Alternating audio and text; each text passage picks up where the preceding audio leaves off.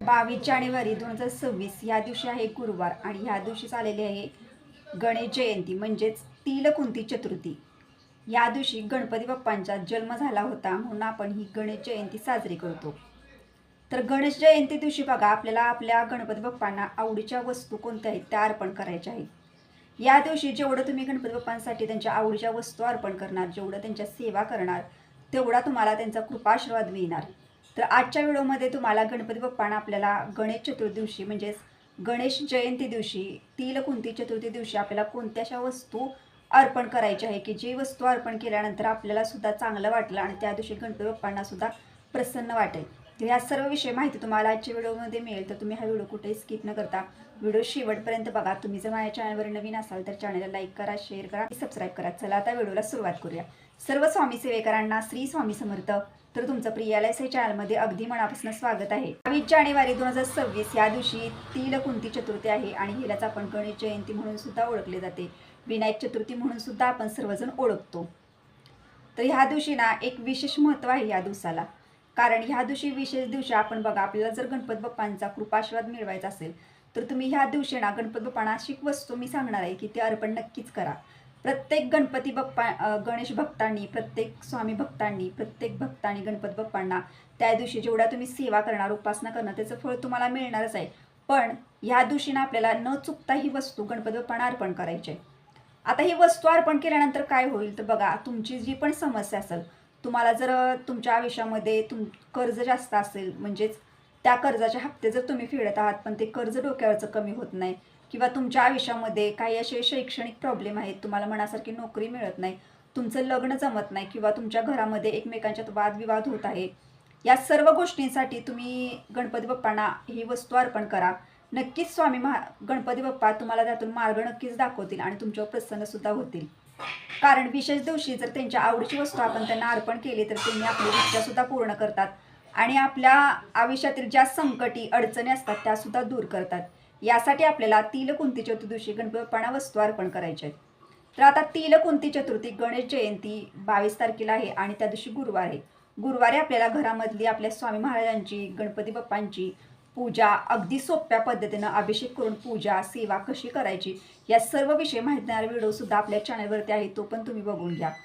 पूजन वगैरे सर्व घरामधलं झाल्यानंतर आपल्याला त्या दिवशी ना तुम्हाला ह्या वस्तू मंदिरामध्ये जाऊन अर्पण करणं शक्य असेल तर तुम्ही मंदिरामध्ये जाऊन सुद्धा अर्पण करा। नसेल तुम्हाला मंदिरामध्ये जाऊन ह्या वस्तू अर्पण करणं शक्य तर तुम्ही आपल्या घरामध्ये बघा प्रत्येकाच्या देवघरामध्ये एक छोटीशी गणपती बाप्पांची मूर्ती ही नक्कीच असते, किंवा गणपती बाप्पांचा फोटो असू शकतो। तुम्ही त्या फोटोला जर ही वस्तू अर्पण केली ना तरी सुद्धा चालेल, फक्त श्रद्धेने आणि मनोभावे ही वस्तू अर्पण करा। तर आता ही वस्तू कोणते तर शमीच्या झाडाचा आपल्याला एक पान गणपती बाप्पांना त्या दिवशी न चुकता अर्पण करायचं आहे। तर आता हे शमीच्या झाडाचं पान म्हणजे छोटी पानं असतात बघा, एकदम छोटी पानं असतात, तर ते तुम्हाला एखाद्या धार्मिक ठिकाणी सुद्धा सहज मिळून जाईल, किंवा बाजारामध्ये बघा जिथं फुले भेटतात, जिथं दुर्वा भेटतात, म्हणजे पूजेचं जे सामान भेटतं त्या सामानामध्ये जरी तुम्ही आदल्या दिवशी सांगितलं की मला एका शमीच्या झाडाचे एक छोटंसं पान हवं आहे तरी तुम्हाला तिथं सुद्धा भेटून जाईल। पण शमीच्या झाडाचं पान हे नक्की तुम्ही अर्पण करा। गणपती बाप्पांना ती वस्तू खूप आणि खूप प्रिय आहे बघा, आणि त्यांच्या जन्मोत्सव म्हणजे गणेश जयंती दिवशी तिलकुंती चतुर्थी दिवशी तुम्ही ही वस्तू अर्पण करा। बघा तुमच्या आयुष्यातील जी तुमची चांगली इच्छा आहे तुमची इच्छा सुद्धा पूर्ण होईल। तुमची नोकरीबद्दल काही समस्या असतील, तुमचे विवाह जुळत नसतील, किंवा तुमच्या आयुष्यात काही प्रॉब्लेम असेल तो प्रॉब्लेम सुद्धा गणपती बाप्पा नक्की दूर करतील। शिवाय तुम्हाला चांगली नोकरी मिळेल, तुमच्या आयुष्यात जी गोष्ट हवी आहे ती नक्कीच गणपती बाप्पा तुम्हाला मिळवून देतील। यासाठी ह्या दिवशी आपल्याला न चुकता शमीच्या झाडाचं एक छोटंसं पान आपल्याला गणपती बाप्पांना अर्पण करायचं आहे। आता छोटंसं पान म्हणजे बघा तुम्हाला ते लाजाळूचं झाड माहिती आहे का, लाजाळूचं झाड हे वेगळं असतं, लाजाळूच्या झाडाचं पान हे वेगळं असतं, पण त्याच्यामध्ये एक छोटी छोटी पानं असतात शमीची, त्यातलं तुम्हाला एक जरी छोटंसं पान जरी मिळालं ना, नुसतं एक जरी, तरी सुद्धा ते तुम्ही अर्पण करा बघा।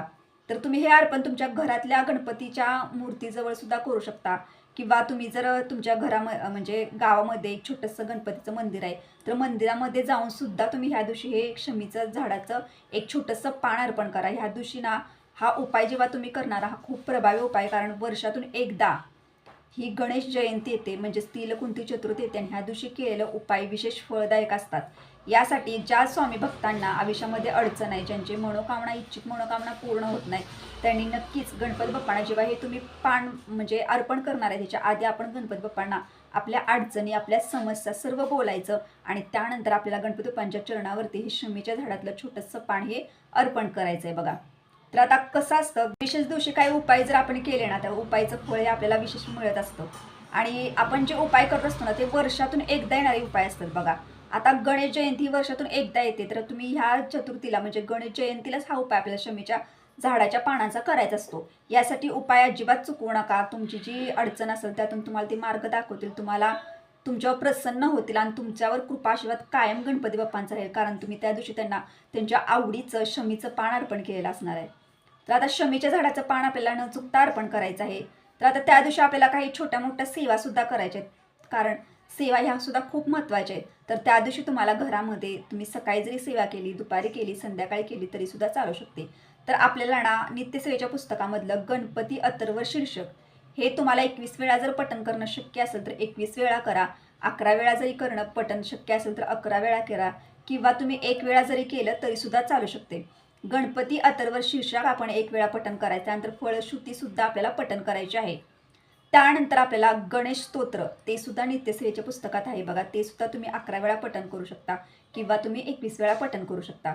ओम ग गणपते नम, ओम ग गणपते नम, ओम ग गणपते नम, किंवा ओम गणेशाय नम, ओम गणेशाय नम. किंवा नित्यसेवेच्या पुस्तकामध्ये बघा, ओम एकदंताय विघ्ने वक्रतुंडाय धीमे तन्नो दंती प्रचोदयात, हा सुद्धा गणपती बाप्पांचा मंत्र आहे. ह्याची माळ सुद्धा तुम्ही 1 माळ घरामध्ये करा. या सर्व सेवा त्या दिवशी चुकवू नका. गणेश जयंती आहे, सेवा खूप म्हणजे खूप महत्त्वाच्या आहेत. तर अशा पद्धतीनं मी तुम्हाला आजच्या व्हिडिओमार्फत सांगितलं की गणपती बाप्पांना गणेश जयंती दिवशी आपल्याला कोणती अशी महत्त्वाची वस्तू अर्पण करायची की जी वस्तू आपण वर्षातून एकदाच अर्पण करू शकतो, आणि ही वस्तू गणपती बाप्पांना विशेष प्रिय आहे की ज्यामुळे आपल्या प्रत्येक भक्तावर गणपती बाप्पांचा कृपाशीर्वाद राहील. गणपती बाप्पा तुमच्यावर प्रसन्न होतील, इच्छित मनोकामना तुमची पूर्ण होईल आणि तुमच्या ज्या आयुष्यात समस्या संकटे असतील त्यातून सुद्धा तुम्हाला ते मार्ग दाखवतील. यासाठी आपल्याला न चुकता प्रत्येक भक्तानं त्या दिवशी हा उपाय घरामध्ये नक्कीच करा. घरामध्ये करा, मंदिरामध्ये करा, पण करा. तर अशा पद्धतीने मी तुम्हाला आजच्या व्हिडिओमध्ये माहिती दिली की गणपती बाप्पांना अशा कोणत्या वस्तू त्या दिवशी अर्पण करायच्या आहे की जेणेकरून गणपती बाप्पांचा आशीर्वाद आपल्यावर कायम राहील आणि आपल्या इच्छित मनोकामना पूर्ण करतील. या सर्व विषयी माहिती तुम्हाला आजच्या व्हिडिओमध्ये दिली. तर तुम्हाला जर हा व्हिडिओ आवडला असेल तर लाईक करा, शेअर करा, नक्की सबस्क्राईब करा. भेटूया आता नेक्स्ट व्हिडिओमध्ये. पण सर्व स्वामी सेवेकरांना श्री